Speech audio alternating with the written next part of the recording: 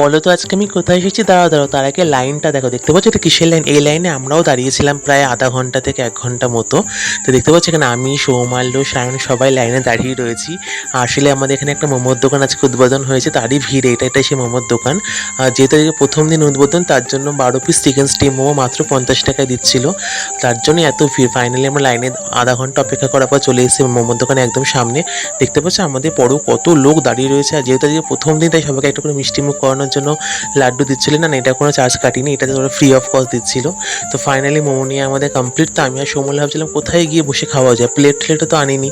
তো ভাবছিলাম চল একটা বাইকের ওপর বসে এখানে সায়ন স্যুপ, চাটনি, মোমো সব বের করে নিলাম। আমরা 2 প্লেট মোমো নিয়েছিলাম। তো 2 প্লেট মানে 12 12 24টা মোমো ছিল, 3জনে আরামসে হয়ে গেছে। তো এখানে সায়ন চাটনি মাখিয়ে নিয়েছিল, আর মোমোটা মুখে দিতেই জাস্ট অসাম, খুব সুন্দর হয়েছিল খেতে।